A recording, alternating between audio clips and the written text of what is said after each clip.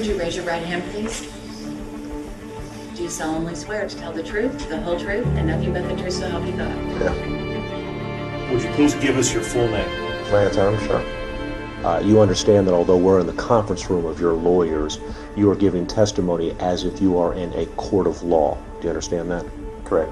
And that penalties of perjury attach to this deposition just like they would to a court of law proceeding.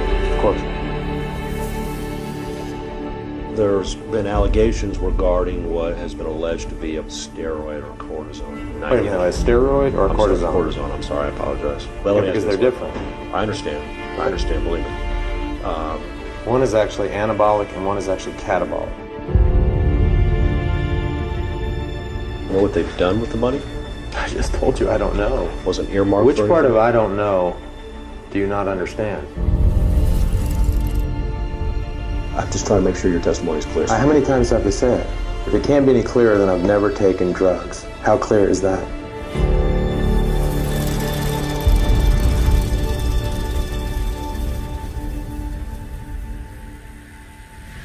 His name is Lance Armstrong, and today, if his legs feel strong, this 21-year-old Texan can become cycling's first $1 million baby.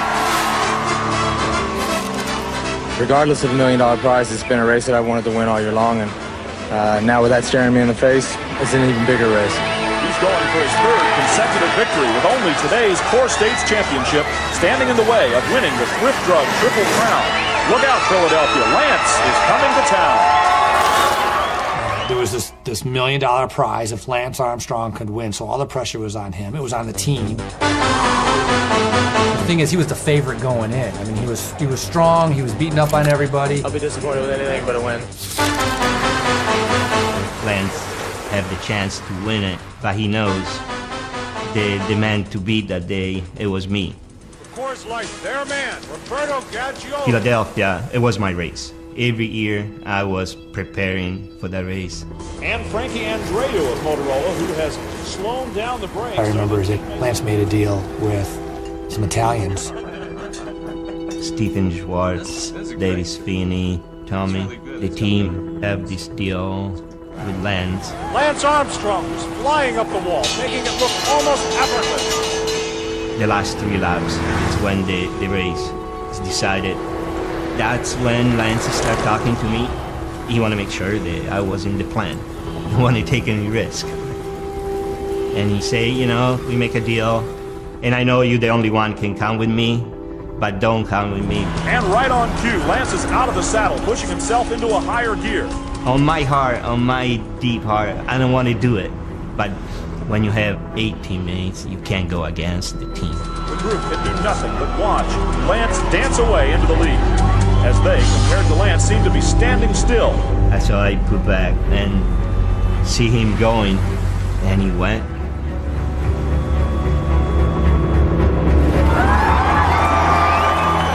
And true to form, Lance doesn't disappoint them. Cycling's first $1 million man, U.S. Pro Champion. Deep inside, I feel terrible because I know I could have went. For Lance, a joyous celebration with his mother. The success that Lance has seen and will continue to see, of course, makes me very proud. There's not a better gift. Lance has rolled the dice and come up a winner. It's a big day for me, but I think it's a bigger day for cycling. Everybody won today. As far as I know, Philly's been going around for like 30 years. I don't think that's ever been done before. So, I mean, that's a huge chunk of change. After the race, Lance come to my room with a cake box, a metal cake box, a panettone, and he just gave it to me and say, "Merry Christmas." It was like $100,000 cash. This was a Lance Armstrong specialty. I really want to win a classic. I mean, if you're going to put a lot of time into it, if I'm going to be 18, 19, 20 years old and I'm going to give up an education, if I'm going to give up... That is what you did? Yeah. If I'm going to give up time at home, sure, it better be rewarding in terms of money. Always in the back of Lance's mind was that great fortunes can be made in professional road racing. And for a poor kid growing up hard scrabble in Texas. It's important. The next progression is to race in Europe, in the biggest pro races. Como, Italy was kind of like the American base. That's where a lot of the 7-Eleven guys were living there. And at that time, Lance and I don't know how we got into the discussion, but we decided, hey, well, we'll live together for next year. And so I was like, sweet, it'll be good, it'll be fun. It was great, cooking, having risotto. I remember eating watermelon out in the balcony, and we had this bad little car that we used to get around. And we weren't teenagers, but it was like teenagers just hanging out in Europe. Frankie was Lance's closest friend. And because I was dating Frankie, I became friends with Lance as well. And he was fun. He was fun to hang out with. And Lance and I had a unique relationship because so many people from early on would just kowtow to him. But with Lance, he would try to rib me and try to just get me going. And so we would butt heads and we would argue. But we kind of, I think, enjoyed getting under each other's skin.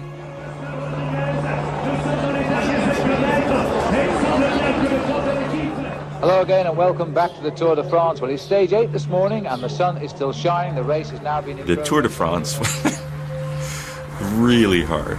Lance Armstrong now taking his wheel and Racing bikes in Europe is bad for you. It's not healthy. You sacrifice a lot to be successful.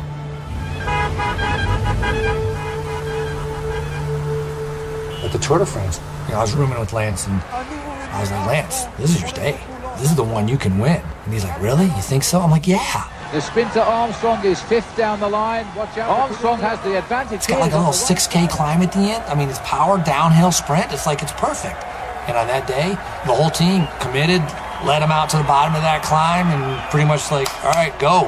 Armstrong boxed in by Dominique Arnoux, who won the first stage of the Tour a year ago. They pushed Armstrong very, very wide indeed as Pensek goes. And Pensek really isn't a sprinter. This would be a surprise. Roland Pensek leading out. Now Armstrong goes on the left of the picture. Lance Armstrong in his first Tour de France. They all said he was too young, but he gets it on the line. Lance Armstrong. We met at the Motorola Hotel. He was only 21 years of age. He was riding the Tour for the first time.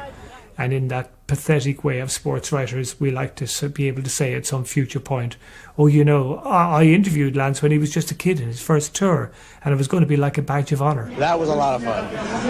That was really, I think, just the way it went down with the last climb, and guys were attacking, and I was so motivated. When I asked him about what he felt like coming towards the end of a race, he said, when I get in a situation with a little group of 6 or 8 riders, and I know I've got a real chance of winning, he said, I start to shriek, and my body shakes. And I think about my mum. She didn't raise a quitter. I had this sense of a guy who just wouldn't be beaten, who, through the force of his will and his personality, became almost somebody different. Decker on the floor again, and Lance Armstrong has sprinted the gap close.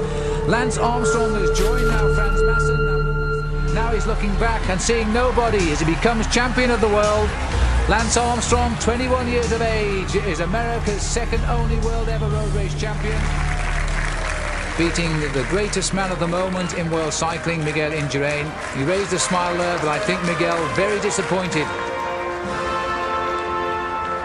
And could it be that we're watching the man who will replace the great Greg LeMond in the years ahead? Lance Armstrong now.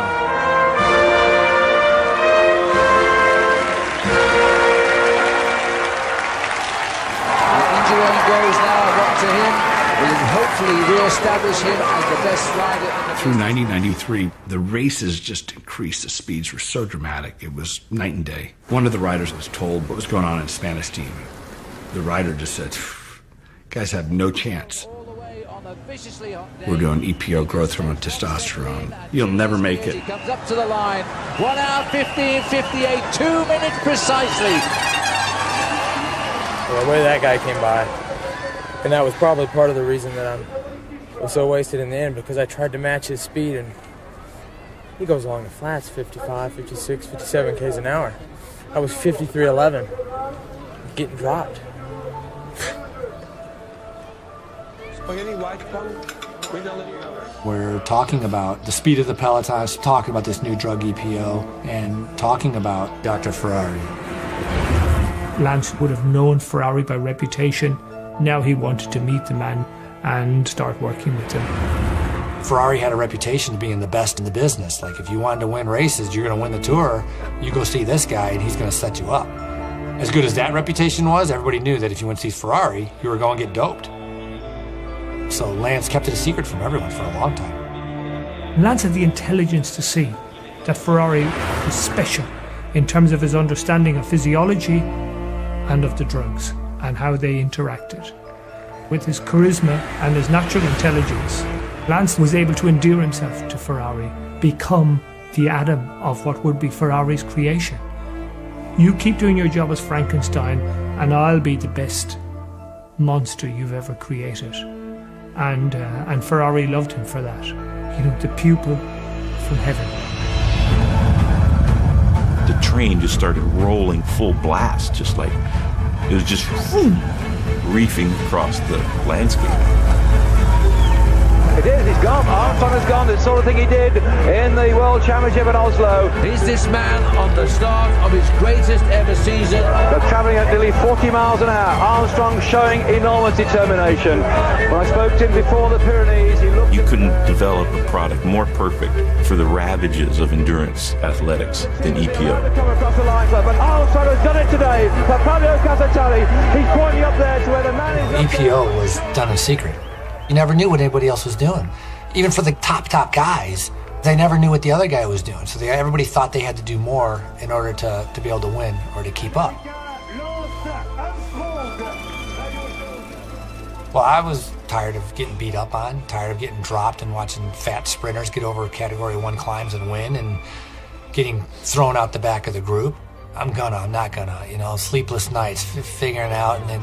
You did a great job. We're going, that's our Frankie. Yeah, Frankie's in front. So that's great. Congratulations. Thanks a lot. Yeah. You've been enjoying the Tour de France. No comment. Sure enough, eventually, I cracked. Yeah, I drove to Switzerland and pretty much just walk into a pharmacy. It's just like, could have bought chewing gum. It was that easy. But then the punch-up started. Lance Armstrong, number 61 for the Motorola team. When you're racing, you think you're invincible. You think you can do anything. Nothing's going to stop you. Nothing's going to harm you. And then all of a sudden...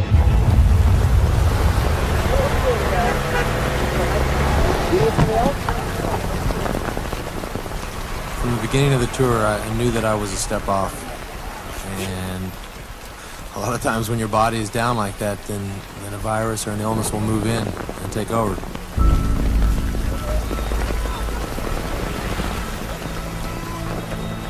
That evening, the phone rings, and I hear Lance's neighbor on the other end, and he said, "Linda, I don't know any easy way to tell you this, but Lance has been diagnosed with cancer."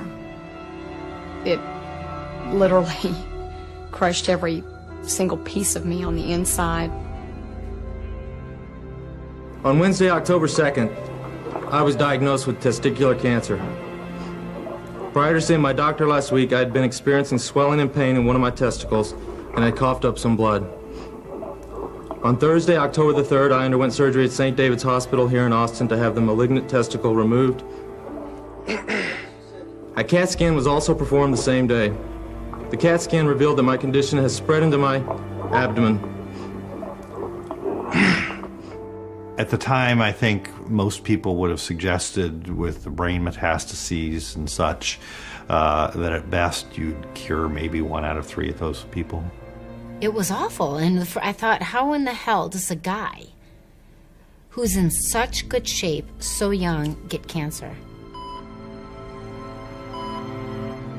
The first impression I got, which is the impression I get from a lot of people, is that he was scared. He was certainly looking at very primal aspects, you know, saving his life or not, and a lot of secondary consequences, his career, family, future kids, all that. We wanted to go see Lance, and the time to see him was after his brain surgery, and so Frankie and I made the 6-hour drive to Indiana. And that was the first time I had seen him since the announcement. And I remember seeing the big horseshoe scar on the top of his head.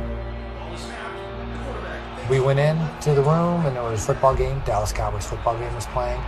So he was in there. His girlfriend at the time, Lisa Shields, was there. And Stephanie McIlvain, the rep from Oakley, was there. Chris Carmichael, his coach, was there with Paige, I think. And the doctors came in. And when the doctors came in, they said, oh, you know, we need to ask you some questions. I said, oh, we should leave, let him have his privacy.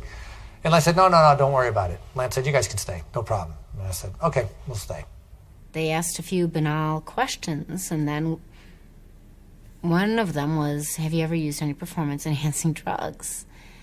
And Lance, just nonchalantly holding onto his IV, staring down, rattled off, yeah, EPO, testosterone, growth hormone, cortisone, and steroids. And at that point, my jaw was like, holy shit, because Betsy's sitting right next to me. I don't know what the hell she's thinking. And I was like, we gotta go.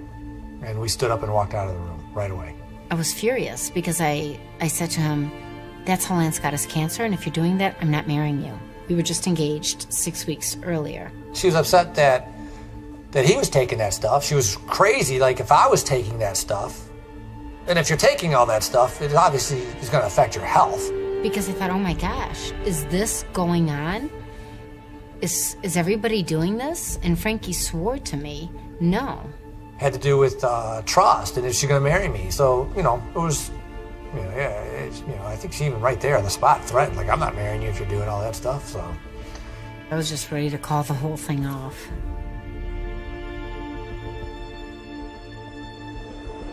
Before cancer, Lance had signed up for the French team, Cofidis. It wasn't known if he would live or race bikes again. All of those things were not known. I still have a ways to go on the bike. Does it sound like some kind of miracle to you? No, it's not a miracle. Everything was the therapy was normal therapy. I had to do just as much as everybody else, so. He made the decision to go because they were astonished to see him there. And then he decided he would carry on to Italy and see Michele Ferrari for what would have been really just like a friend-to-friend visit. And that is extraordinary because it indicated that in a relatively short time, he and Michele Ferrari had become very close. And it was also a visit to say, if I come back and I make a full recovery, I'm going to achieve everything I ever wanted to achieve, whatever it takes. And I want you working with me. The American Mafia. It took him a long time to find a team and a structure that would make it worthwhile. When I tried to come back, there was no interest. None. And then finally signed the deal with the U.S. Postal Team. I think that if I were to come back and to win and to be successful, I would consider that a complete recovery as an athlete. As much as Lance wanted to win, Tom Weissel wanted to win, and he's the creator of the US Postal Team. People talk about Lance being this kind of ruthless alpha male leader. Tom Weissel was one of those. A ruthless guy. Lance's first contract was for minimal wages. Weissel said, go out there, win races, prove you're back competitive, and I'll give you a huge bonus. And he went after those bonuses like tooth and nail.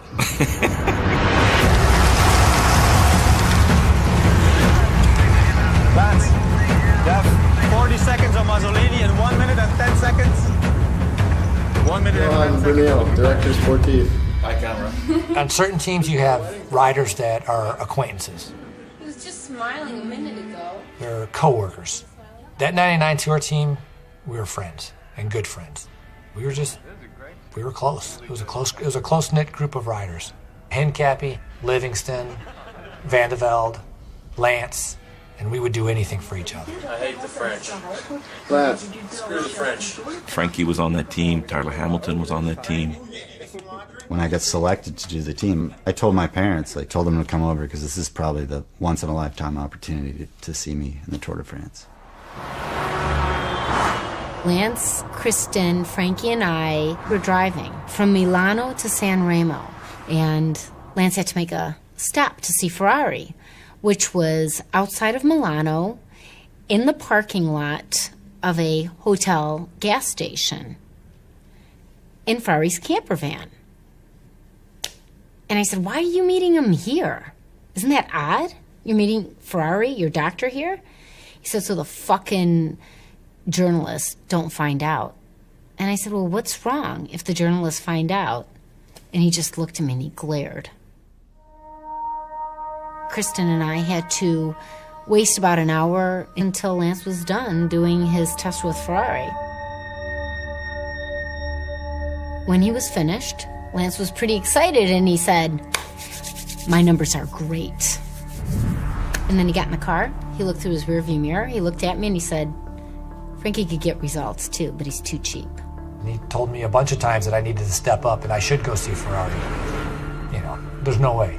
I just felt like if I was even linked as going to see Ferrari, that automatically meant I was a doper. The danger about EPO there in France was, there was a big bust the year before.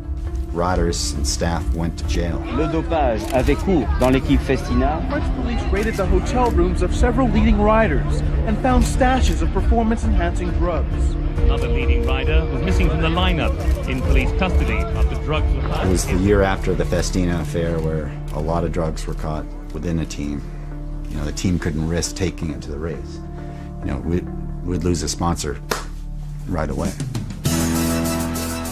So to get EPO for the Tour de France, we came up with a plan. Well, after last year's sensational Tour de France, who knows what we can expect this time around. Departure of the man everybody is talking about, Richard Virenque. Did you hear that cheer, Paul? The plan had Moto Man involved. Moto Man was a French, he used to be a gardener/handyman for Lance Armstrong. He loved to ride motorcycles. Back to Abraham Olano. I think probably the #1 favorite now. He would follow the race, always stay within probably a half-hour drive from our hotel. The best finisher of a year ago, Bobby Jewett. He's based everything on this month. The Tour de France, he wants to be the American winner. But the man doing great times out on the course, Phil, is Lance Armstrong. He hasn't been here for a couple of years because of his illness, but he's back now. Motor Man would basically just wait for a phone call. The EPO would arrive, in the evening. Just about done. 8:18, Chris Boardman. 8 minutes and 12 seconds for Abraham Olano.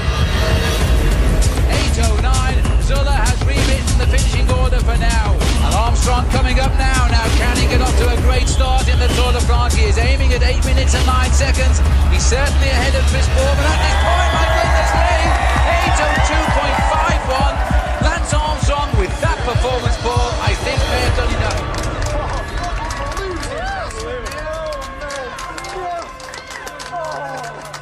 Well, that's an incredible start to the Tour de France. The team doctor, Garcia Del Moro, he knew about it.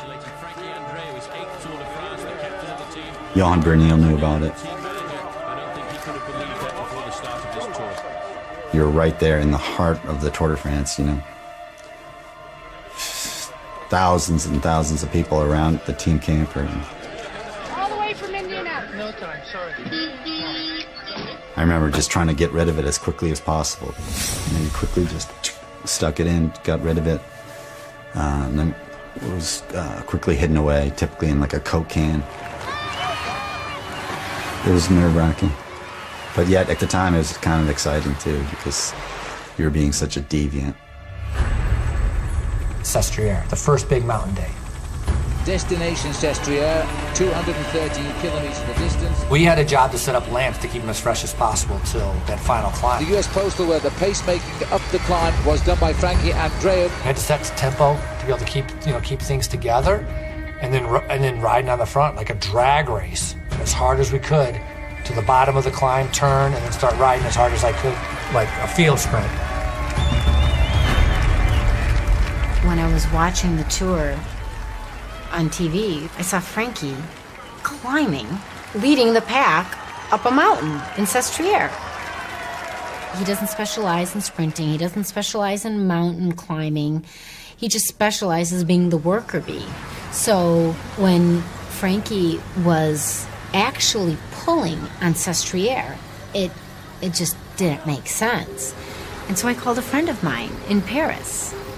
And I said, are you seeing what I'm saying? And she said, yeah, isn't it great?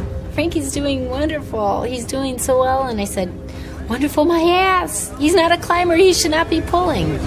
Was an attack there by Armstrong. Attaque d'Armstrong, ça c'est fort. Look at the acceleration of this as he chases down those motorbikes. 5.5 hours he's been pedaling today, marking everything, never looking distressed, and now he's going to try and tear this race apart. That was an unbelievable attack. He took a lot of risk to go up through the inside there. There was hardly any room at all. Armstrong is so comfortable. He jumped across that gap. That gap was up to 30 seconds. We're watching the Sestriere stage, and it was shocking. It was like, oh my God, these dropping riders, dropping climbers. This man has managed to come back from the face of death, and now he's... One of the mechanics was right next to me, and he said, "Il est sur la joue."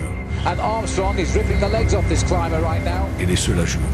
Like, he's on the juice. And I'm like, what? He said he's on the juice. He is just going faster and faster and faster, and he is going to win this. I said, how do you know? He said, look at his eyes, his breathing. There's no suffering. It's almost like whatever they're doing, they got so much oxygen, it's like they're not feeling the pain.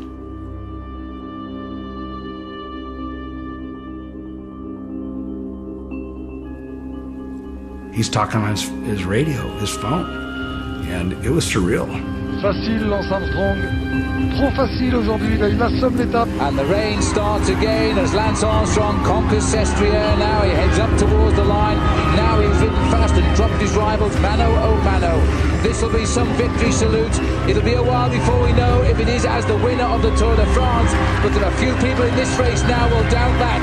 Lance Armstrong comes across the line, winner today of the mountain stage of the Tour de France. Really ripping the race apart.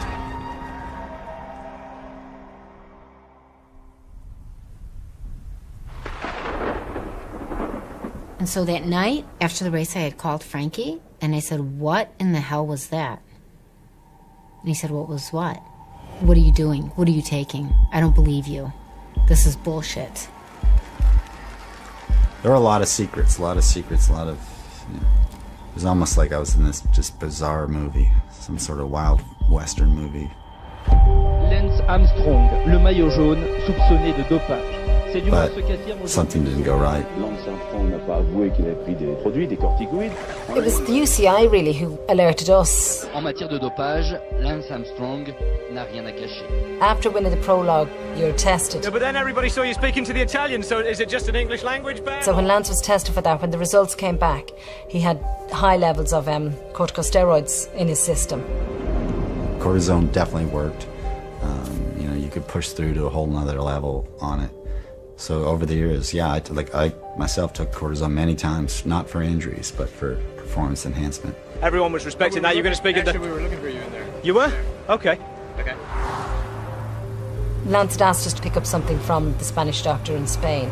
What these people need to remember is that I was the world champion in 1993 when nobody had heard of drugs. So I went down to Spain, picked up the product. That was Cloak and Dagger. Nobody had heard of EPO. Johan, he just kind of passed it as he was walking by. He just passed it into my hand and said, lovely day, just to make sure I had it. I've proven my class. I've showed my class from day one. Then we were getting back up to the border to go into France. There's never a queue at this border. There's no secrets here. There was a queue. I'd seen what happened after the Festina affair. I thought, oh God, I could be one of these that got picked up last year in the Tour, and that I must have aged about 10 years. We have the oldest secret in the book. Hard work. So, but luckily enough, we didn't get stopped. Came back to France and gave Lance a little bottle in the car park at McDonald's and Fraser's. Pas pris de corticoïdes non plus durant cette période? We needed to come up with a proper plan that we're all on the same page. So while I'm giving Lance's massage, the others from the team came in. The problem that had to be sorted was that Lance didn't have a prescription for corticosteroids. So the idea was then that the doctor would write a prescription for that, but backdate it to pre the prologue and just pretend it was a cream that Lance was taking for saddle sores. Oh, there's Emma. And then as we kind of come to the end of the whole conversation about steroids, Lance just goes, oh well, now you know enough to bring me down. The next day was the press conference and everything could just blow up in everybody's faces. The sport and risk my life with performance-enhancing drugs is crazy. When I tried to come back to the sport, nobody gave me a chance.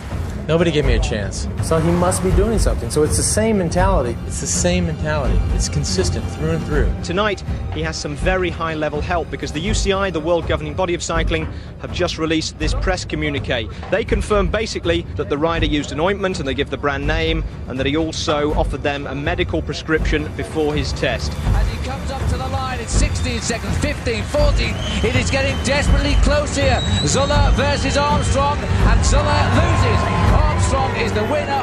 He has achieved yet another page in this fairy story that just goes on. I'm so proud of my son, always have been, and the fact that we overcame cancer and we're here today in the yellow jersey. And when you see him tomorrow in the yellow jersey on the Champs-Élysées? A picture without words.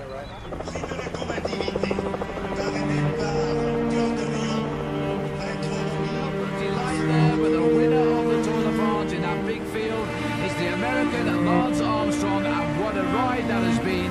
It will be remembered in the millennium as one of the finest sporting achievements in the history of not just cycling, but any sport.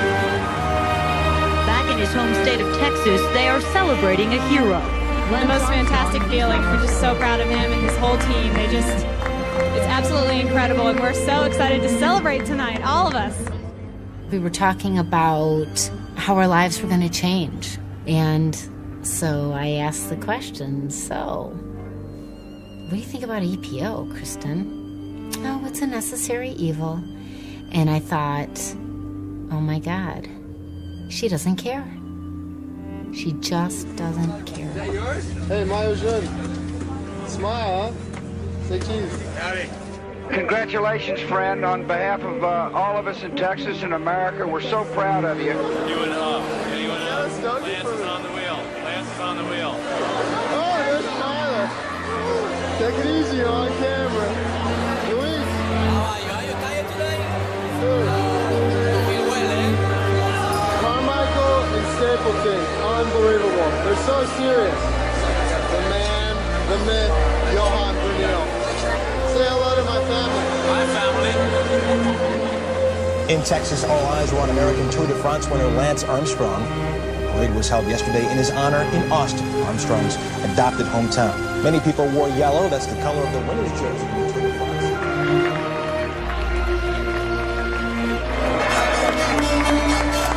Proclaimed July 29 in the city of New York as Lance Armstrong Day. Bicycling's biggest prize, the Tour de France. The first American winner to lead an American team, and in record time at that. Nobody believed in us. Nobody believed that if Lance Armstrong took the yellow jersey with the help of his team on stage 8, how could they keep it to stage 22? They thought the team would crack. But that team of 7 out of 9 guys being American, and American team, American sponsor, they were the strongest team in the race. And everybody in Paris knew that. And I can assure you that next year's Tour de France, there will be no doubters.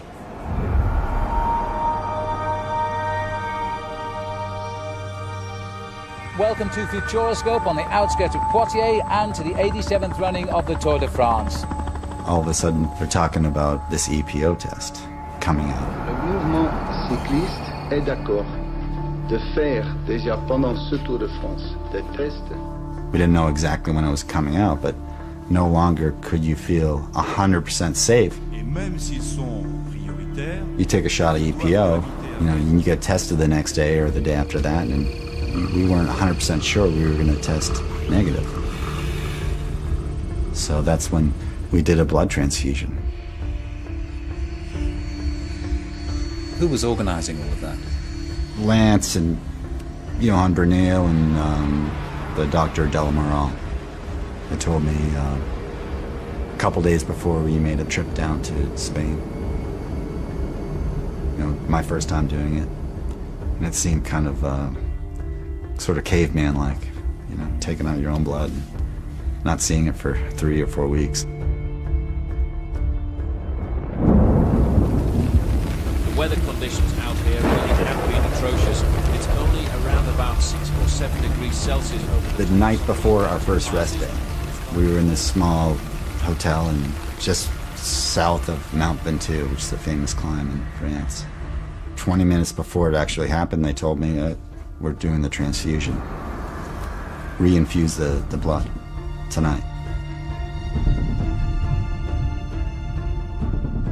I arrived in my room and it was pretty wild. The staff had sort of prepared everything, the doctors. And there was a blood bag taped up on the wall, a red tube coming down, a tube filled with blood coming down. And basically,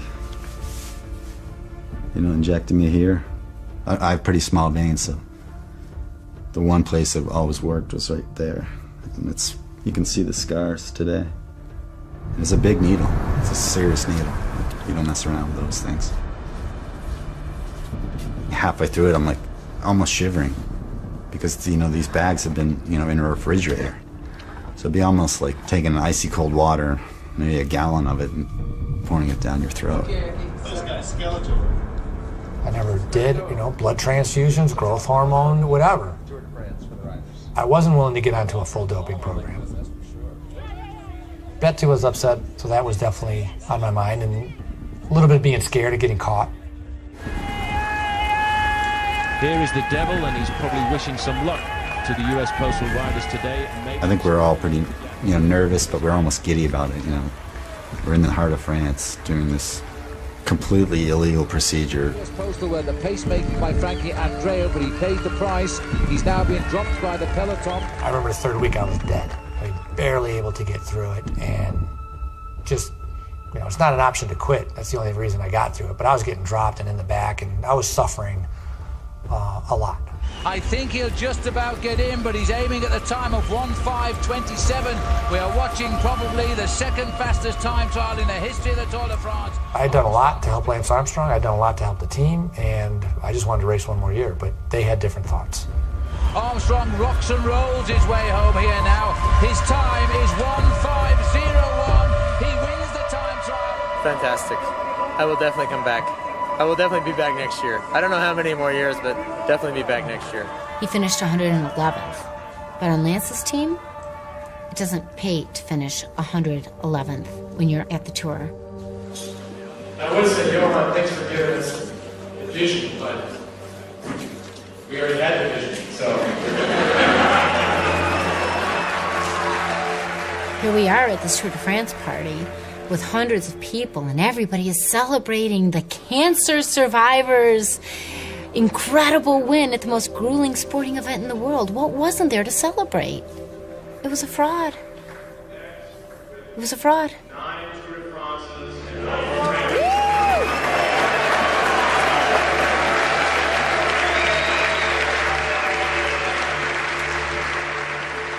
Stephanie McIlvaine wasn't invited to the Tour de France party, which we found very peculiar, given that she was Lance's personal liaison.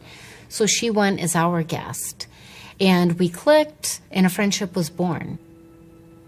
Stephanie had been there with us, visiting Lance in Indiana, and the hospital incident came up. And Stephanie and I were marveling at how Lance was snowballing the American media, because they were just buying into this fairy tale.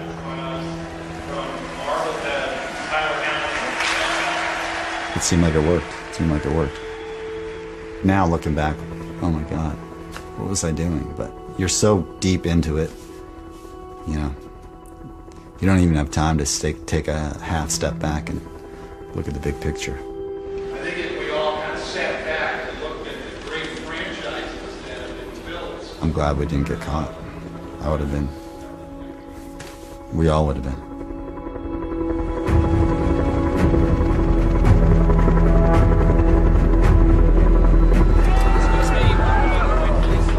It became very divided. You're on Lance's side or you're on my side. And ultimately, he had control of who was hired, fired, and whichever. Frankie was a good guy. To have your career end because you wouldn't get on Lance's doping program is just, it's not right. Please welcome 1999's SB Comeback Athlete of the Year. We're all in this together. It's going to touch all our lives, and we will win this fight one day. Lance called me one day and said, we're putting together this foundation, Lance Armstrong Foundation. We're going to focus on testicular cancer. Thank you all. Tour de France, baby. Lance Armstrong, Maillot Jaune Posse. Thank you, Lance! Thank you! I love you! People believed in Lance. They believed in his story. They believed in his hope. We're all going to leave, I think, with a different perspective on this illness and a different perspective on this movement called survivorship. I tip my hat to Lance Armstrong and to the whole U.S. Postal team.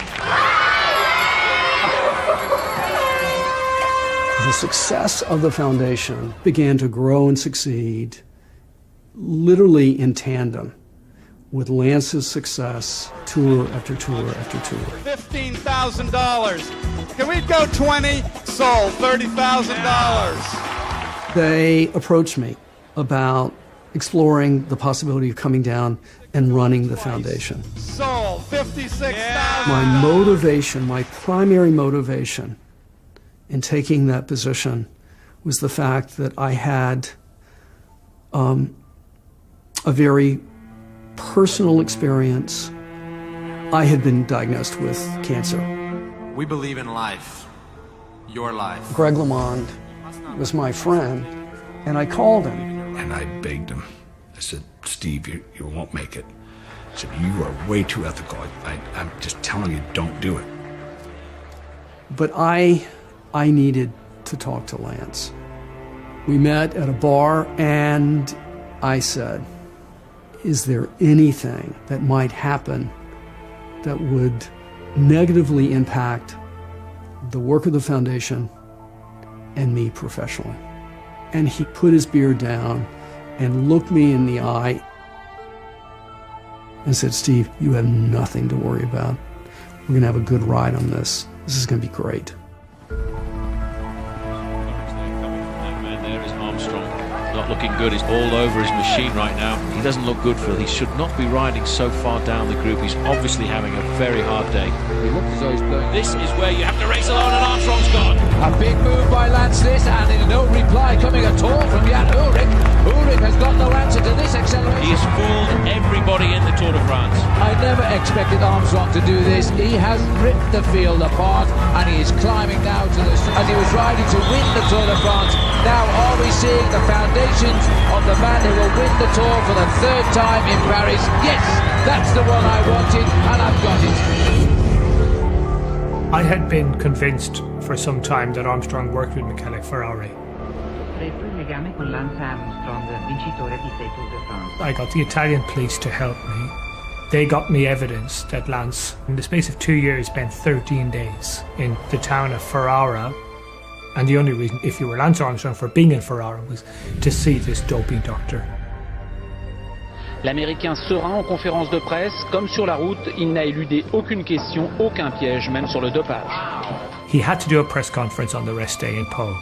I think this is a clean tour. And in that press conference, 16 questions go, no questions about doping, and then bang, first question is asked. And the doping questions then come like an avalanche. And as soon as the question turned to doping, Lance did something quite strange. I believe he's an honest man, I believe he's a fair man, and I believe he's an innocent man. He started fixing his gaze on me. And even though it was some journalist over here who asked the question, Lance would refer to me in his answer. I've never denied the relationship, even to you. People are not stupid. They say, has Lance Armstrong ever tested positive? No. Has Lance Armstrong been tested? A lot. But I found that just wholly unconvincing. Lance Armstrong a été accueilli par des applaudissements. 2 weeks later, David Walsh called up, and I'm like, God, I don't know what to say.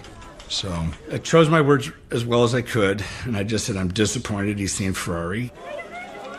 And then David posed the question, now, if he's clean, would you consider this the greatest comeback in the history of sport? And I said, absolutely.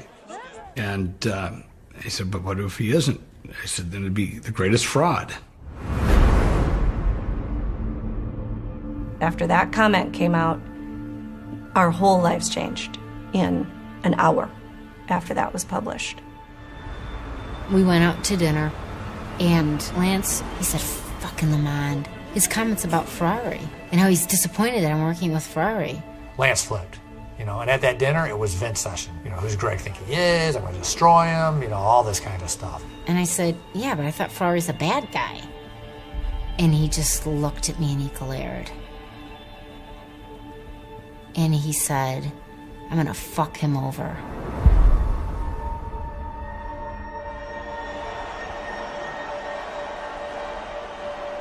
Lance returned to the U.S. He was scheduled to throw the opening game baseball at Yankee Stadium, and he was sitting in his hotel room at the Four Seasons.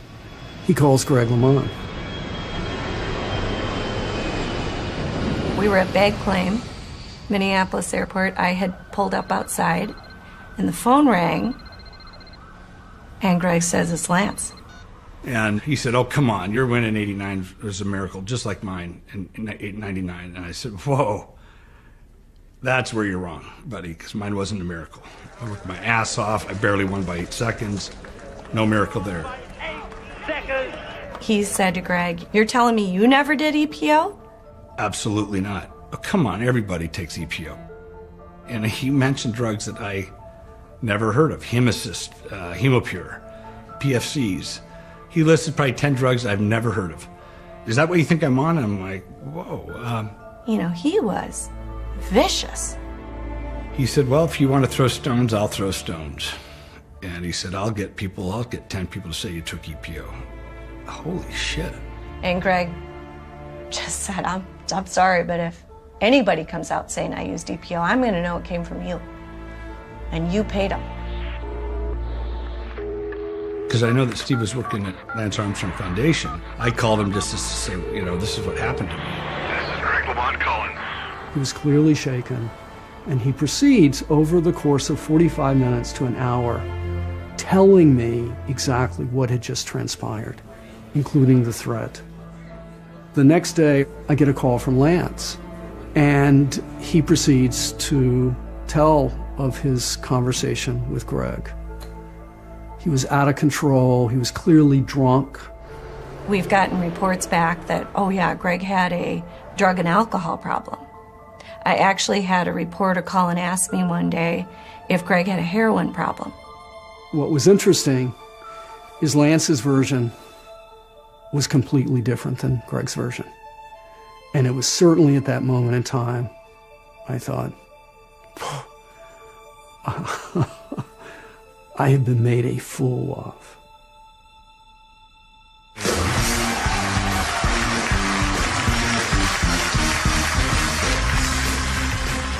I packed my car and I drove out of Texas, and the next day I resigned. Absolutely, and I had to learn a lot about the illness, and I had to learn a lot about my options. Mm-hmm. Did you ever consider the option of giving up?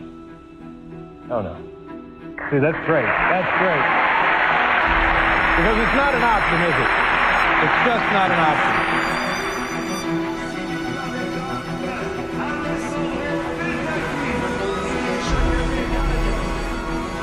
Tyler Hamilton left the team because Tyler was incredibly ambitious and he was resentful of Lance's profile. He was an absolutely driven guy, a bit like Lance, had to win.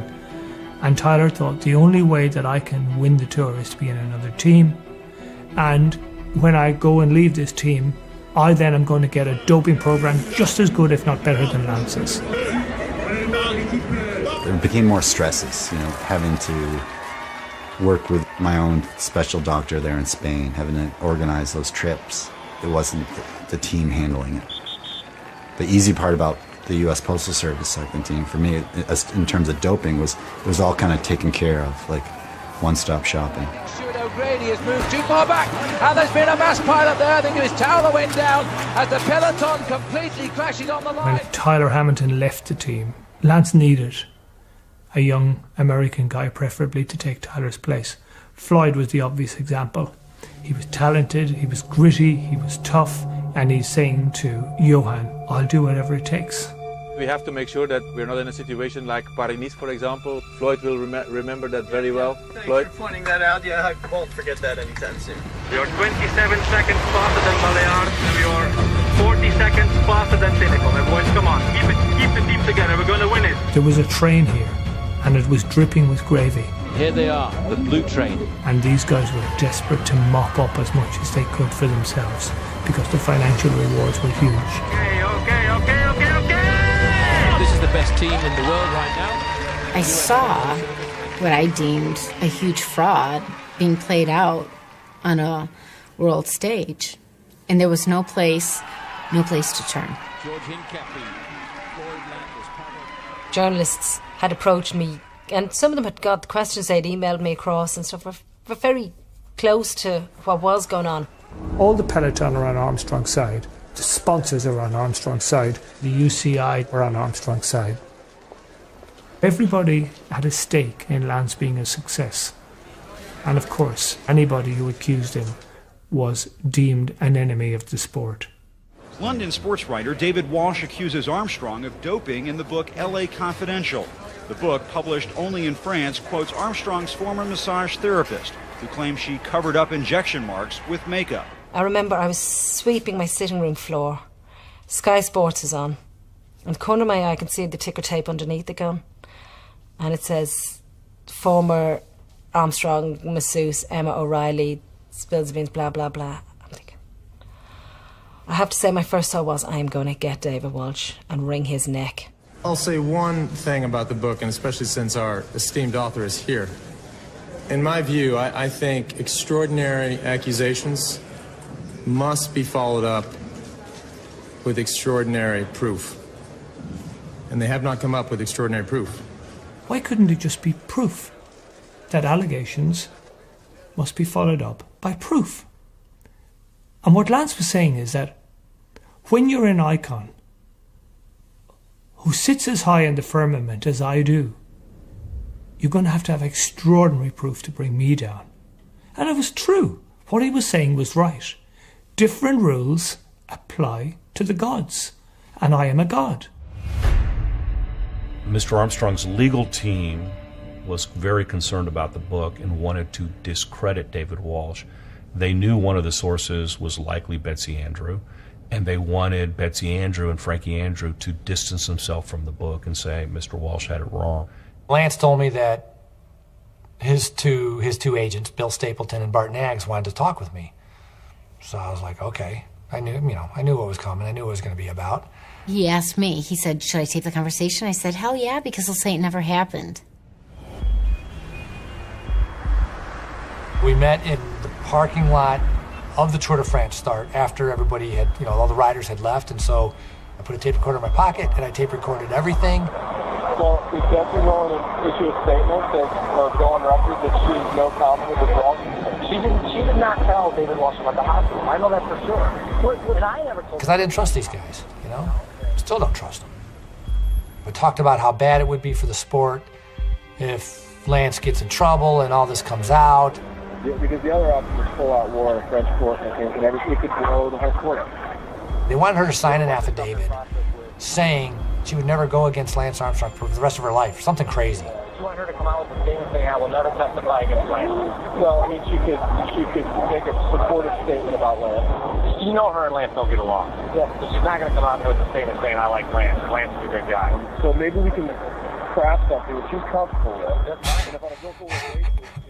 You can imagine when I brought that up to Betsy. So, Betsy, they want you to sign something saying you never sue or go against Lance Armstrong, and it was just a bunch of cuss words. Yeah, because I saw what they were doing. It was ridiculous. Okay, first of all, Frankie loses his job because he won't get on a doping program, and now they are trying to get me to sign something to support Lance, whom I believe is cheating. It's not going to happen. There's no argument who the champion is of the Tour de France. And when I refused... It's been 4 times now. How do you differentiate? It just was not good for Frankie's career. Thank you, Lance. The yellow jersey is owned by only one man, as it has been for the last 8 days. Lance Armstrong benefited from SCA and Bob Hammond paying an enormous amount of prize money for him winning races that Lance Armstrong swore he won cleanly. As he races to the line to the victory. The total amount to Lance, if he won all of the Tour de France races, came close to almost $10 million. Well, I'm back for more next year. Probably. When somebody consistently goes against the odds, the evidence is that perhaps the odds aren't what you think they are, and something else is present. And quite often that's cheating. He is down the ramp for the last time in his career. I've decided that the Tour de France will be my last race as a professional cyclist. It is the picture we will never see again. A rider in yellow we've come to know since 1999. You won't believe what the crowd are doing here. They are leaping in every direction as Lance Armstrong brings it to an end as a winner. History in the making. Now retires 7 times a winner of the Tour de France. The last thing I'll say for the people that don't believe in cycling, the cynics and the skeptics, I'm sorry for you. I'm sorry you can't dream big, and I'm sorry you don't believe in miracles. But this is one hell of a race. This is a great sporting event, and you should believe. And vive le Tour forever. Thank you.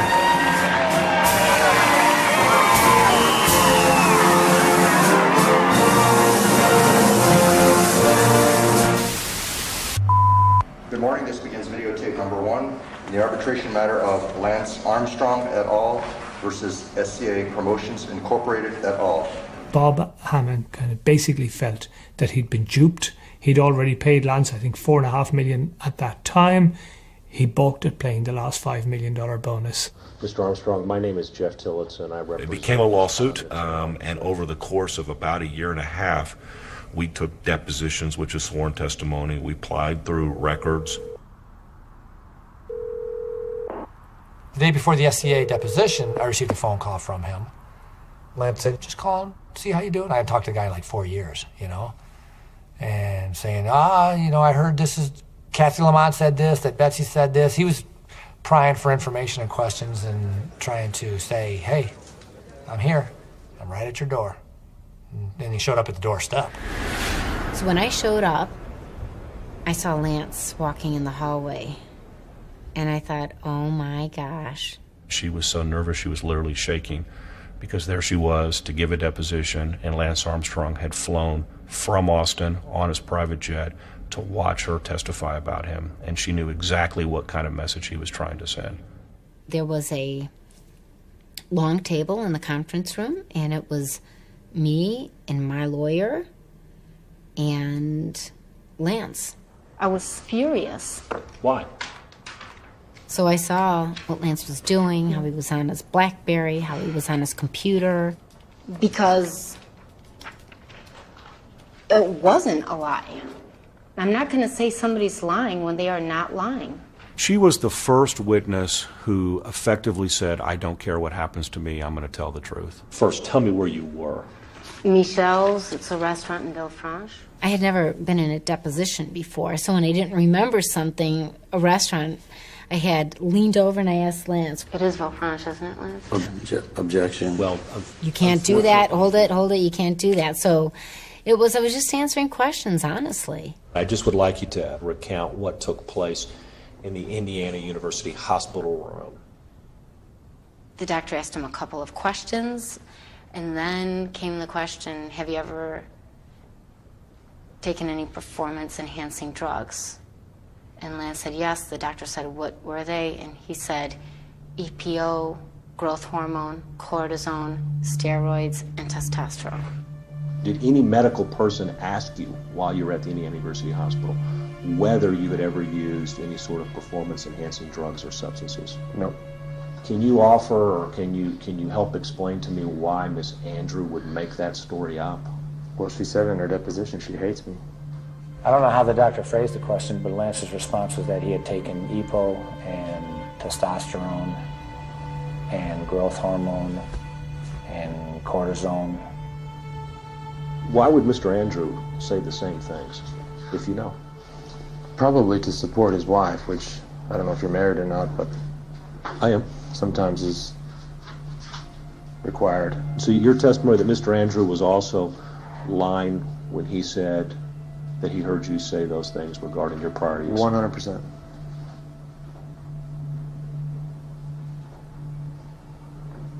But I feel for him. What do you mean by that? Well, I think he's trying to back up his old lady.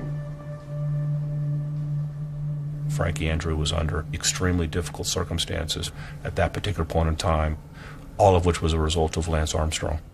Well, did Mr. Armstrong ever tell you during that time period that he definitely was not going to use EPO and no one else should use EPO? No. Did he indicate to you that he was going to use EPO or consider using EPO? No.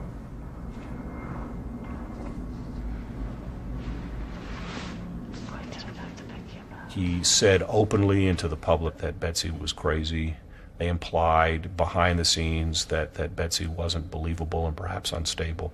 Everything you can possibly think of as a way to hurt someone, they basically employed. And what is it you told Frankie after leaving the room?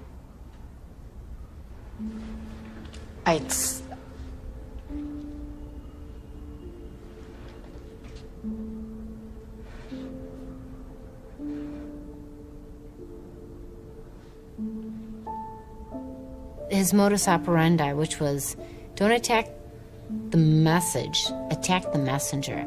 So if people don't know me, people are going to say, well, wait a minute.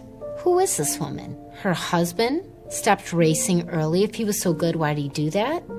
If Lance is dirty, then why hasn't the governing body caught him? Why does USA Cycling back him? Why do his sponsors back him? Why does he keep getting more and more money from him? How come none of these doctors who allegedly heard what happened in the hospital room, how come they're remaining quiet? How come nobody has backed her up for that hospital room? Look at his legions of fans. He has a foundation fighting cancer. What is this woman doing besides raising her own kids?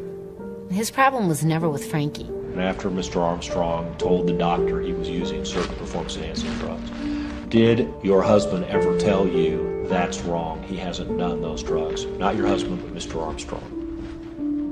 No.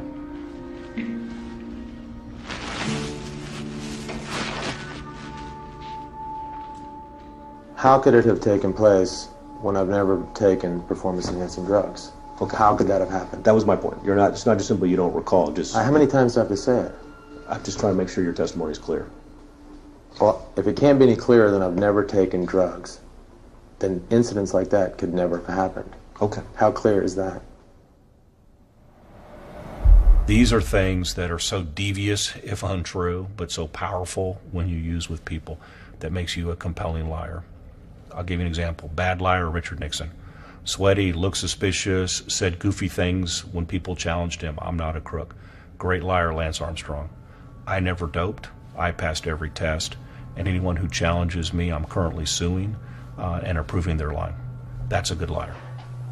Greg, who I know has serious drinking and drug problems, was clearly intoxicated, yelling, screaming. It started off as, hey, Greg, I thought we were friends. Friends?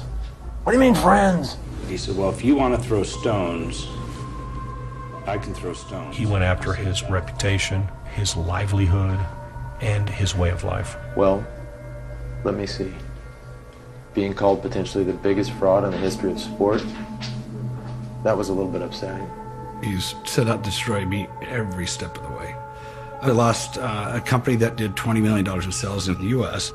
Oh, he said the sport is full of crooks and thieves and liars. I've been at trade shows where dealers, they said I would see them that I knew, and they wouldn't even look at me. He didn't like that either. How could this be? How could it be that my career collide with this guy and then he takes everything away from me? We also wanted to believe in Lance. And it was hard to find out that it wasn't. I don't know why I'm crying, but it was really hard to find out that this was going on. It's been awful stressful. If I'd known for a second, I wouldn't have done it. They were very, very mean and very dismissive of Emma O'Reilly, as they were really almost of all of the women that testified against Mr. Armstrong. Afraid that we were going to out her as a, and all these things she said, as a whore or whatever, I don't know. But primarily, You don't talk about people like that. And also, too, by calling me those names, calling me basically an alcoholic prostitute, it's just attacking me personally, but it's not addressing the points that I brought up. You know, and that's probably what upset me the most over it all. Raise your right hand, please. Do you solemnly state the testimony you're about to give should be the truth, the whole truth, and nothing but the truth, so help you God? I do. We had been told that Stephanie McIlvaine would testify that, yes, she heard Mr. Armstrong admit to drug use. So we went out to depose her in California at her place of business, which was Oakley. What kinds of things do you do? I take care of, I take care of Lance Armstrong and cycling also. She called us up and she was in tears. Lance called me, and Lance was pissed. And I thought, oh my God. He said, you're gonna lie, Stephanie. You're gonna lie to keep your job. Stephanie needed that job. Her husband worked for Oakley. He needed a job. She's got a young son who's autistic. They were in an extremely difficult position. Were you ever in a hospital room or other part of the hospital with Mr. Armstrong where he said anything about performance-enhancing drugs? No. Do you have any recollection of any doctor in your presence asking Mr. Armstrong if he used in the past any performance-enhancing drugs or substances? No. Betsy was going to be thrown under the bus, and I finally told her, I said, Betsy, I recorded her, and I have the tape.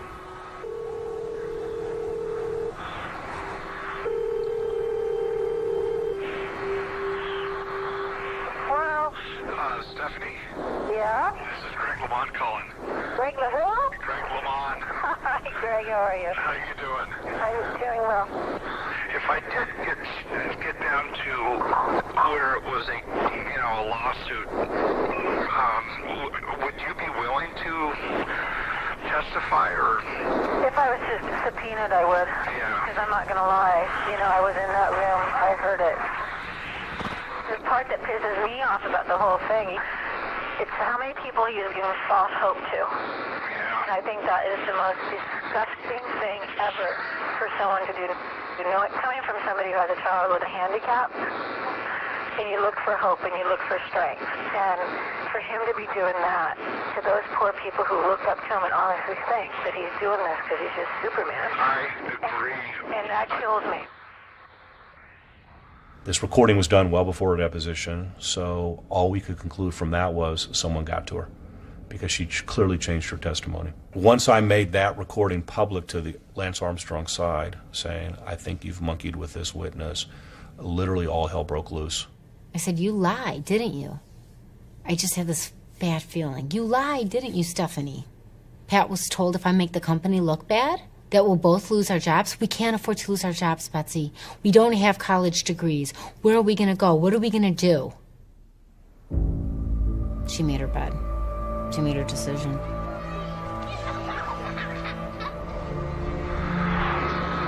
That's foul! Wow!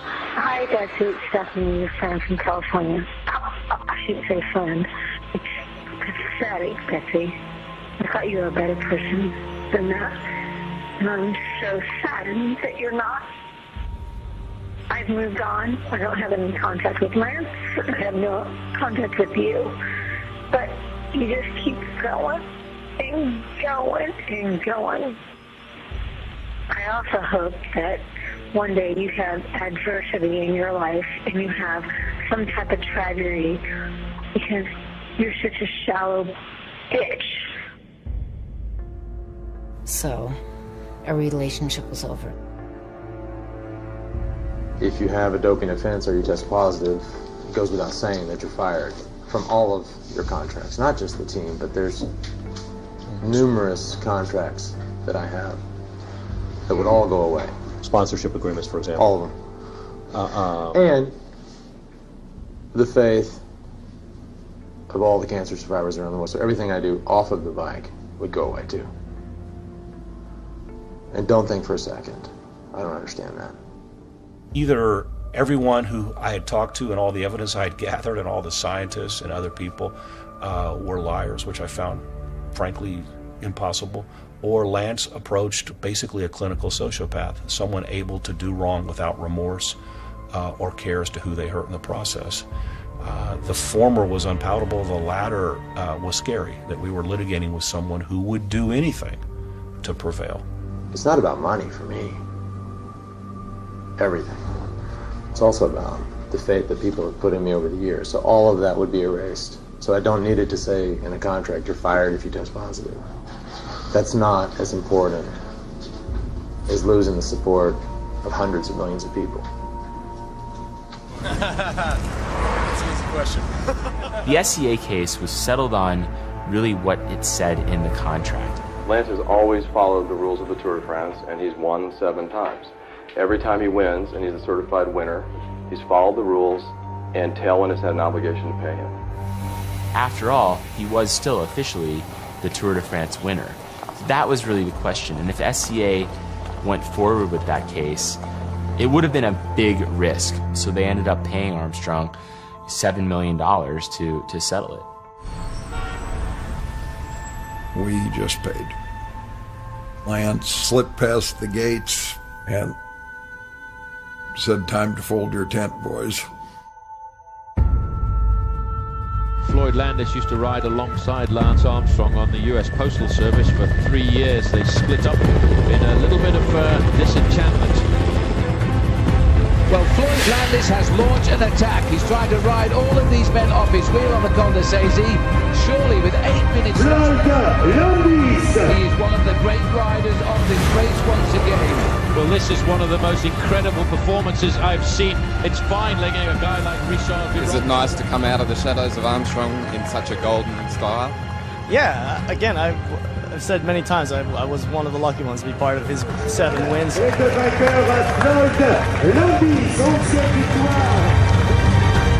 Yet another doping scandal hits the very top of the Tour de France. Floyd, back here.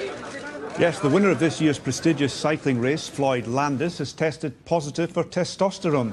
It's the first time in the history of the Tour de France that a winner has... When I look back now, nobody on that team was ever positive. No positives. The moment they left, every rider that was a competitor that Armstrong didn't like, boom, they're positive. Remember, it's not a race, Mr. Adams. It's been an amazing year. I stood up here last year and everybody at their table had little pieces of yellow silicone sitting there, and somewhere along the way 50 million of them were sold. What showed up in your sample? Nothing. Were you doping in the Tour de France? No. I told Frankie, I can't believe nobody's ever asked you whether or not you've ever done anything or tried anything. But if somebody does, I'm not going to be one of the wives who stand by you as you lie. I'm not going to do it. I raced for 12 years as a professional. I used EPO at a certain moment. There are many people out there that worry whether they had cancer in their families or not, that cancer is going to get them. It's the scariest disease there is, and we think we're making a difference on it. I agree. One of my biggest accomplishments was raising my son, Lance. I am so proud to be the mom of Lance Armstrong. We will lose more than 560,000 Americans to cancer this year. Landis was stripped of his title and banned from the sport for 2 years. It's time for a government that wages a war against cancer as aggressive as the war cancer wages against us. We will beat this dreaded disease, and we will win. The longer it went on, the more impressed I am that Lance could maintain a story like that was nearly 100% fabricated and still live such an obnoxious life and not even try to hide it. I mean, I'm a guy that he's never really even met.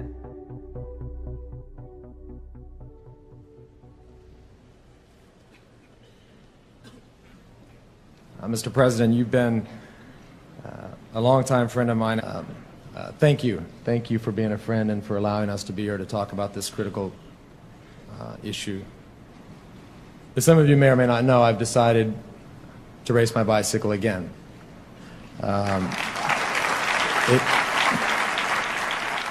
Lance came back because he couldn't stay away. Ladies and gentlemen, please welcome 7-time Tour de France champion Lance Armstrong. Why couldn't he stay away? Because it's like the oldest theme in Hollywood that you've ever come across. The jewel thief, the bank robber, the assassin. They do their jobs brilliantly. They win every time. They kill all the people they should kill. They get all the jewels they should get. They get all the money from the bank they should get. Somebody comes and says, one more job.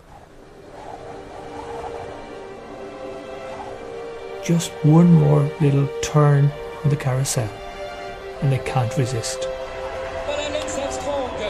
Because that was them living like they'd never lived before, or they will never live again.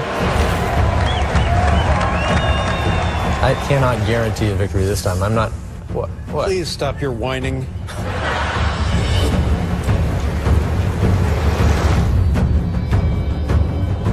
I'd made several requests to interview Lance, especially when he announced that he was going to be different this time with the media, that he was going to be open and transparent, and there wasn't going to be any of the stuff that had gone on before where he'd been very, very difficult. Can we start? Hello? And I baited him. Lance, you've spoken recently about the return of Evan Basso and Floyd Landis after their suspensions. What is it about these dopers that you seem to admire so much? Excuse me? What is your name again? My name is Paul Kimmage. I work for the Sunday Times. I asked for an interview, but I didn't get one. Right, and just as a little preface, I might just clear up one thing. The reason you didn't get it, Paul, I wanted to make sure that was you because I don't know what you look like. When I decided to come back, for what I think is a very noble reason, you said, folks, the cancer has been in remission for 4 years, but our cancer has now returned, meaning me. I am here to fight this disease. I am here so that I don't have to deal with it, you don't have to deal with it, none of us have to deal with it, my children don't have to deal with it. But yet you said that I am the cancer. So I think it goes without saying, no, we're not going to sit down and do an interview. And I don't think anybody in this room would sit down for that interview. You are not worth the chair that you're sitting on with a statement like that, with a disease that touches everybody around the world. You don't have a patent on cancer, by the way. Now, I've lost people with cancer. I'm interested in the cancer of doping in cycling. That has been my life's work. I raced as a professional. I exposed it. And then you come along and it disappears. The problem disappears. Getting back to the Tour of California.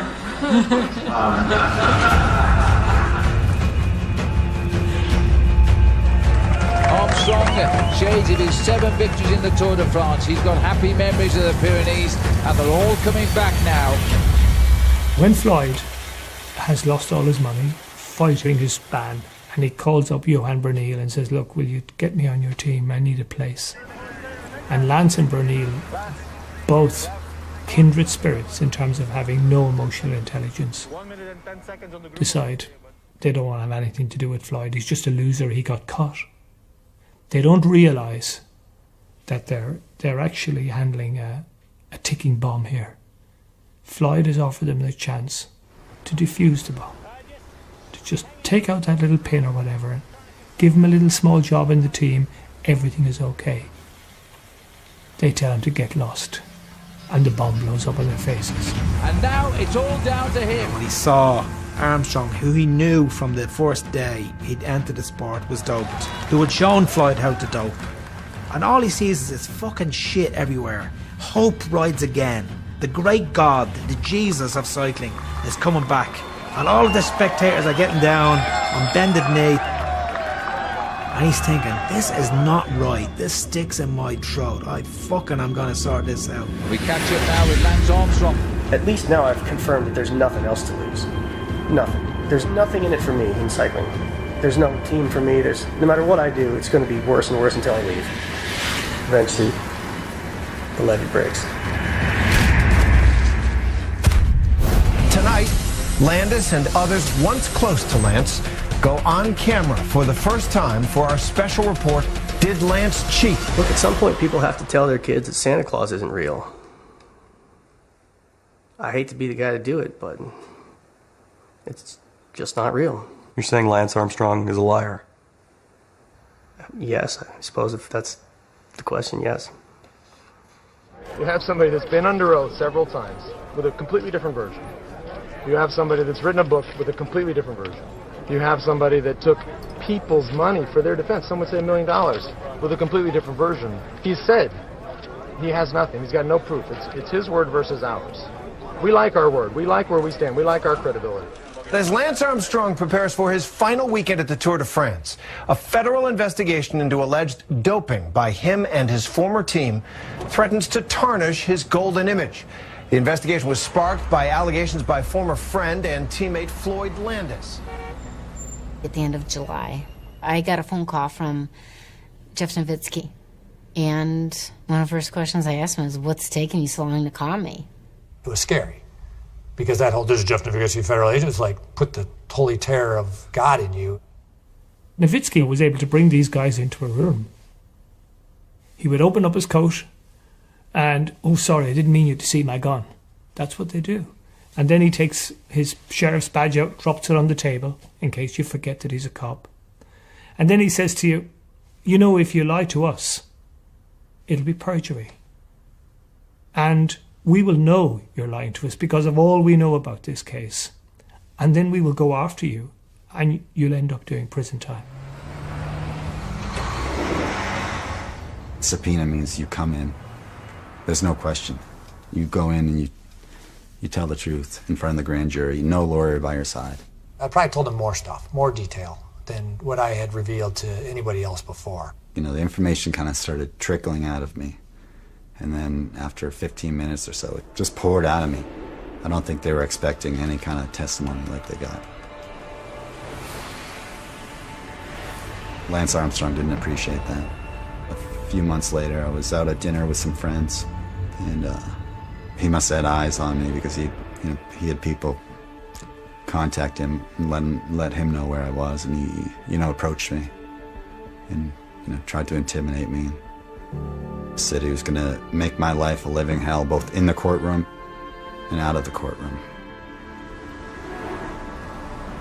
Lance was really pissed that Greg questioned why he was working with Ferrari. He helped to call the shots. Yes, he doped himself. If he didn't win the Tour, someone else that was doped would have won the Tour. I really felt happy at that moment because I thought, that's it. There is no way back now, because Floyd had given chapter and verse, and I thought the tide was now irreversible. Lance Armstrong handed me some testosterone patches. It's just a little patch that you put on your skin. It's not like it's a... They can't say that. Nobody is that conniving. Nobody is that good to try and get away with something for 17, 18, 19 years. No way. No. If you think he was facing jail, he had to have been scared to death. He called every single famous political favor he could possibly pull in. I had just woken up and I switched on my phone. My brother had direct messaged me on Twitter and saying, WTF, the Fed's case has been dropped.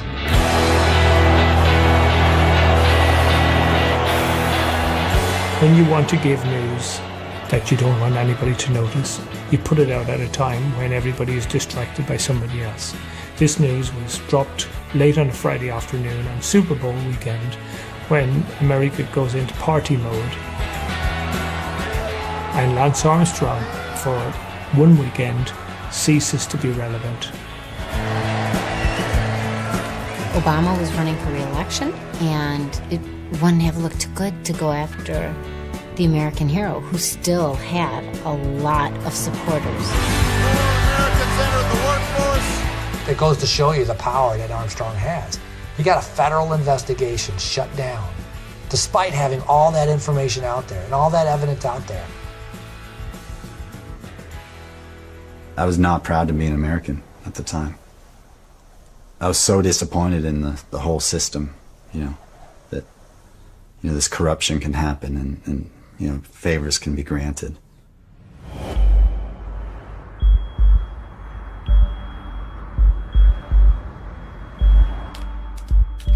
Travis Taggart picks up the baton.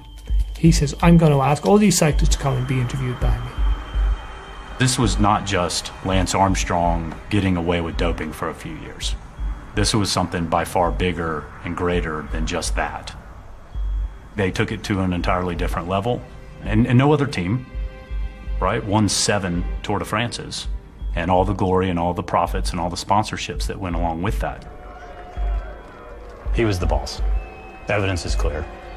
He was one of the ringleaders of this conspiracy that pulled off this grand heist using tens of millions of taxpayer dollars that defrauded millions of sports fans and his fellow competitors. Lance immediately went on the attack, immediately sued them in his home court, immediately started saying USADA is a terrible, bad kangaroo court organization. I thought, here we go again. He's going to bloody them up. He's going to walk away from this. Good morning, everybody. Welcome to the Team Radio Shack bus. We're on our way to Almost at every turn, the lobbyists for Armstrong and his criminal defense attorneys and others wanted to bankrupt us and take us down. The boss, Mr. Brunel, impresionante. Whether it was on claiming to the world media we had no authority, or we were on witch hunts, or the jurisdiction didn't rest with us. There were numerous efforts by them to ensure this information never got out. Your investigation showed that there were personal threats made against writers who had decided to come clean. I wonder if there were any threats against you. There were, Scott. These threats came from where? Emails, letters. Anonymous? Yeah. Can you remember any of the lines from the emails or the letters? The worst was probably putting a bullet in my head. Did you take that seriously? Absolutely. Turned it over to the FBI to investigate it, which they're doing.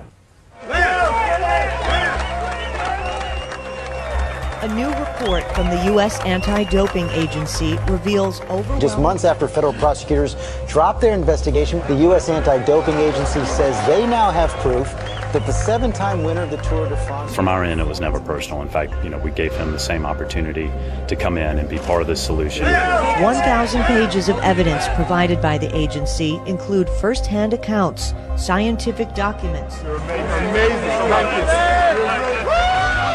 Lance believed that he was bulletproof, that he was invincible, that they could bring down the Floyds, the Tylers, they could bring down anybody. But you can't bring down me because I'm too big to be brought down. I thought in light of recent events I ought to reintroduce myself. My name is Lance Armstrong.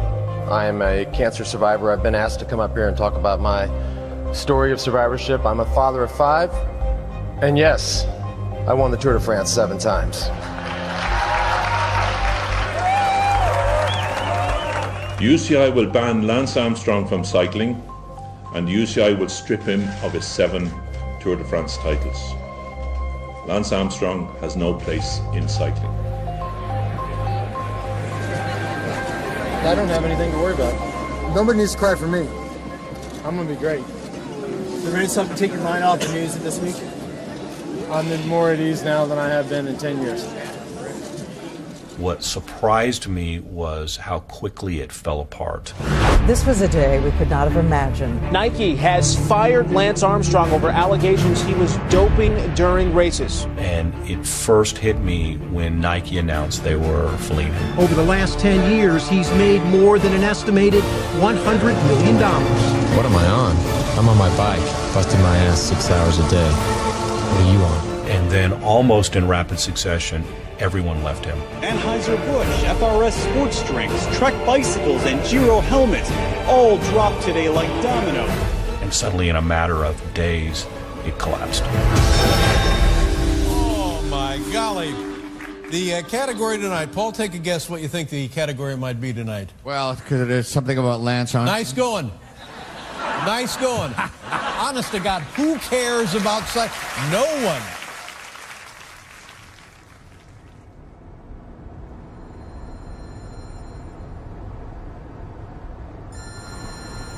We were pulling into the driveway, and right when we pulled into the driveway, Betsy's phone rings. And Betsy turned to me and she goes, "It's Lance." And our daughter in the back said, "Is it really him? Is it really him?" He apologized. apologized for everything he'd done. And I said, you know, it must be, you know, it's got to be a tough phone call for you to make. I said, you know, I appreciate it. And I said, I'm sure you're going through hell for the last, you know, month and a half. I said, but know that I've been going through hell for 10 years with this shit. The Lance in that phone call was the Lance I've never, ever... It was the Lance I didn't know. He really genuinely seemed contrite. And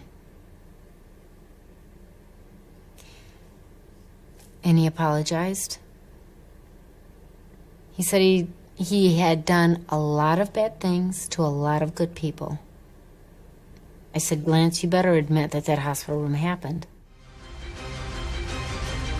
Now, the worldwide exclusive, Oprah and Lance Armstrong. So let's start with the questions that people around the world have been waiting for you to answer. And for now, I'd just like a yes or no. Did you ever take banned substances to enhance your cycling performance? Yes. Yes or no? Was one of those banned substances EPO? Yes. I was physically sick. Did you ever blood dope or use blood transfusions to enhance your cycling performance? Yes. It was sort of like an old Mike Tyson fight that by the time you sat down in your ringside seat, he'd already knocked the guy out and it was over. Did you ever use any other banned substances like testosterone, cortisone, or human growth hormone? Yes. I was like, holy shit. Wow. Wow. Yeah, am I jealous and bitter and vindictive now? In all 7 of your Tour de France victories, did you ever take banned substances or blood dope? Yes. Those 5 yeses in one fell swoop just wiped out a generation of cyclists. Watching the show, for me, was like, I never thought those words would come out of Lance Armstrong's mouth. I mean, it was unbelievable. Was Betsy telling the truth about the Indiana hospital?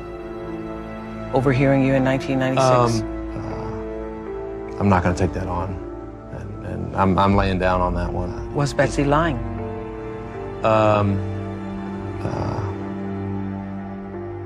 And he dropped the ball. He dropped the ball. She asked me, and I asked her not to talk about what you said? The details of the call. It was a confidential, personal conversation. It was 40 minutes long. So again, it was classic Lance, his way out. Throughout that whole interview, he just used me. He called to apologize so that when he went on Oprah, he could say, oh yeah, I've reached out to people to apologize, and I'm a changed man, I'm trying to be better. It played into his hand. It played into his game. My stepfather called me and said, your mom's having a really hard time. Then I saw my mom. And I thought, oh, this woman's a wreck. What has been the financial cost? Have you lost everything? I don't like thinking about it. But that was I don't know. That was a $75 million day. Gone. Gone. Gone. Do you think he will ever come clean? No, I don't think fully. Partly because it'll burn too many people. Say hi to the camera. You know, he's protected Bernil, he's protected Ferrari, he's protected Tom Weissel, he's protected Bill Stapleton, and he's protected, I believe, the medical people at that hospital. It's really not about him, but about the people behind him. They put this team together that had knowledge of the doping, that went out and then sold sponsorships to the tune of about 30+ million federal dollars from citizens of the United States of America. It's alleged fraud. I don't know Lance Armstrong now. The man I knew in 1993, I had a blast with. A great friend, and it's hard for me to talk about because of how much hell he put me through, and my wife through. He's like the guy who robs a bank and then says, oops, forgot to frisk the tellers for any money they might have in their pockets. So he essentially wanted it all.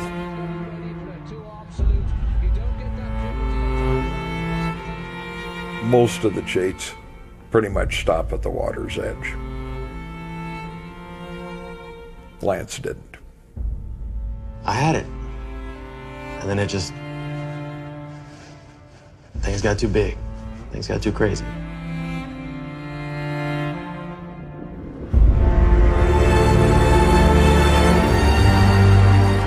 What Lance never had was the truth, which is more powerful than the corrupt athlete. It's the American Lance Armstrong, and what a ride that has been. It'll be remembered in the millennium as one of the finest sporting achievements. It's an epic story.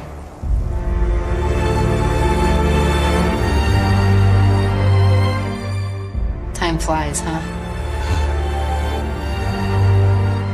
Who would have thought?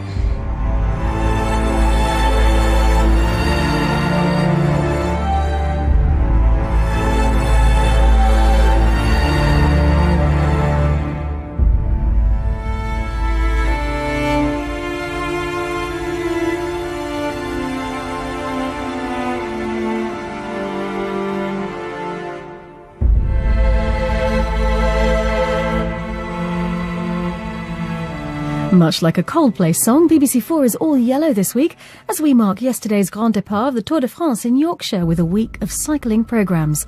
Still to come tonight, the BFI archive film looks at the modern history of cycling. Don't miss Velarama next. And Rob Penn tells the story of the bicycle in The Ride of My Life, here on BBC4 at 9 on Wednesday.